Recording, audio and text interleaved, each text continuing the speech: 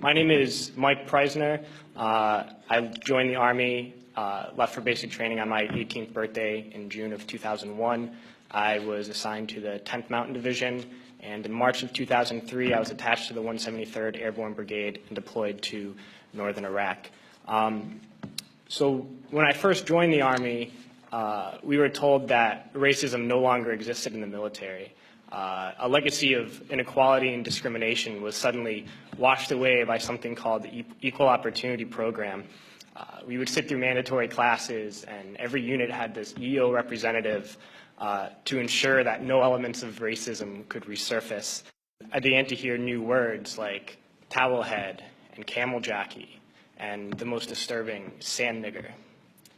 And these words did not initially come from my fellow soldiers, but from my superiors, my platoon sergeant, my company first sergeant, battalion commander. All the way up the chain of command, these terms, these viciously racist terms, were suddenly acceptable. And I noticed that the most overt racism came from veterans of the first Gulf War. And those were the words they used when they were incinerating civilian convoys. Those are the words they used when this government deliberately targets civilian infrastructure, bombing water supplies, knowing that it would kill hundreds of thousands of children. Those are the words the American people used when they allowed this government to sanction Iraq. And this is something that many people forget, and we can't forget, is that we've just learned that we've killed over 1 million Iraqis since this invasion, but we already killed 1 million Iraqis in the 90s through sanctions and bombings prior to this invasion. So the number truly is much higher. But when I got to Iraq in 2003, I learned a new word, and that word was Haji. Haji was the enemy. Haji was every Iraqi. He was not a person, a father, a teacher, or a worker. And it's important, we've heard this word a lot during Winter Soldier, but it's important to understand where this word came from. And to Muslims, the most important thing is to take a pilgrimage to Mecca. It's the Hajj. And someone who has taken this pilgrimage is a Haji. And it's something that in traditional Islam is the highest calling in the religion. So we took the best thing for a Muslim and made it into the worst thing. But history did not start with us. And since the creation of this country, racism has been used to justify expansion and oppression. The Native Americans were called savages. The Africans were called all sorts of things to excuse slavery. And Vietnam veterans know of the multitude of words used to justify that imperialist war. So Haji was the word we used. It was the word we used on this particular mission I'm going to talk about. And we've heard a lot about different raids and kicking down the doors of people's houses and ransacking their houses. But this mission was different, a different kind of raid. I never got any explanation for these orders. We were only told that this group of houses, 5 or 6 houses, were now property of the U.S. military, and we had to go in and make those families leave those houses. So we went to these houses and informed the families that those homes were no longer their homes. We provided them no alternative, nowhere to go, no compensation. And they were very confused and very scared and did not know what to do and would not leave. So we had to remove them from those houses. One family in particular, a woman with 2 small girls, a very elderly man and 2 middle-aged men. We dragged them from their houses and threw them onto the street and arrested the men because they refused to leave, arrested the old man, and sent them off to prison. And at that time, I didn't know what happened to people when we tied their hands behind their back and put a sandbag on their head. But unfortunately, a few months later, I had to find out. We were short interrogators, so I was assigned to work as an interrogator. And I oversaw and participated in hundreds of interrogations. One in particular I'm going to share with you. It was a moment for me that really showed me the nature of this occupation. This particular detainee, when I was sent to interrogate him, he was stripped down to his underwear, hands behind his back, and sandbag on his head. I never actually saw this man's face. My job was to take this metal folding chair and just smash it against the wall next to his head. He was faced against the wall with his nose touching the wall, while a fellow soldier screamed the same question over and over again. No matter what his answer, my job was to slam the chair against his wall. We did this until basically we got tired, and I was told to make sure he stood against the wall for however long, and I was guarding this prisoner, and my job was to make sure he kept standing up, but something was wrong with his leg. He was injured, and he kept falling to the ground.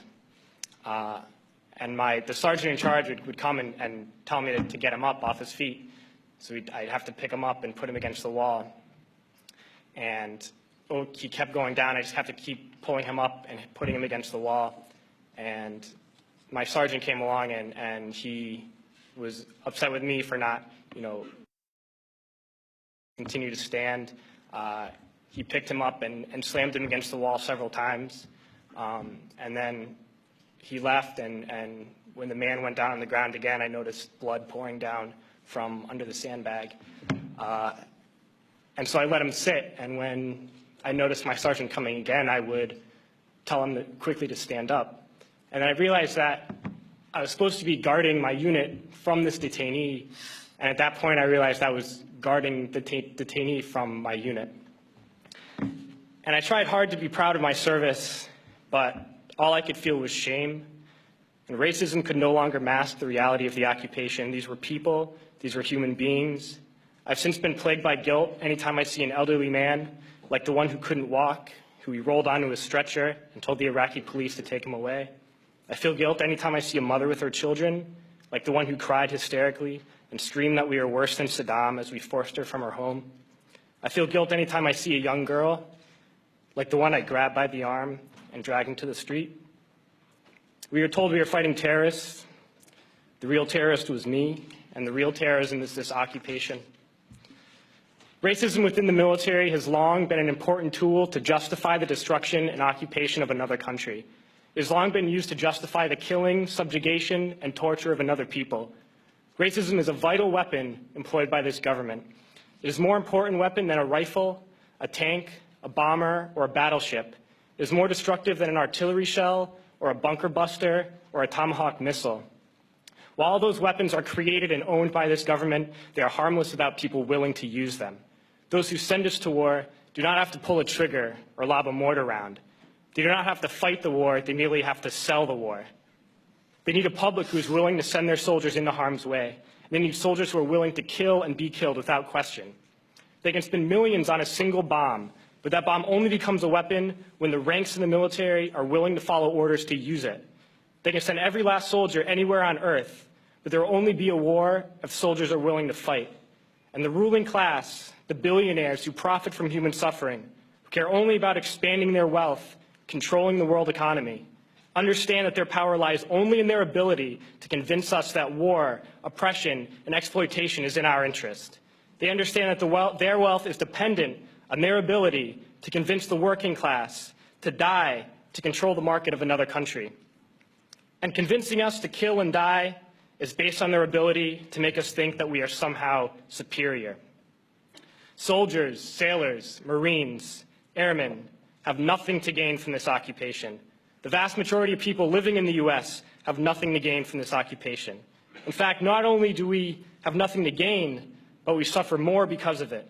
We lose limbs, endure trauma, and give our lives. Our families have to watch flag-draped coffins lowered into the earth. Millions in this country without health care, jobs, or access to education must watch this government squander over $450 million a day on this occupation.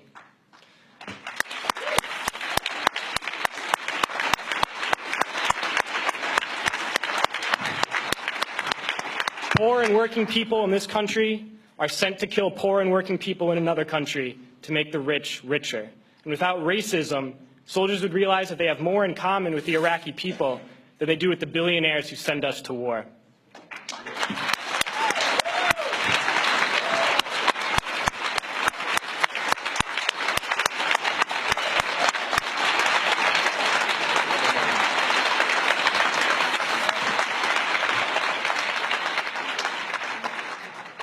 I threw families onto the street in Iraq.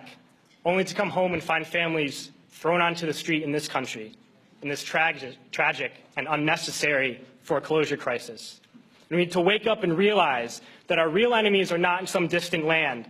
They're not people whose names we don't know and cultures we don't understand. The enemy is people we know very well and people we can identify. The enemy is a system that wages war when it's profitable.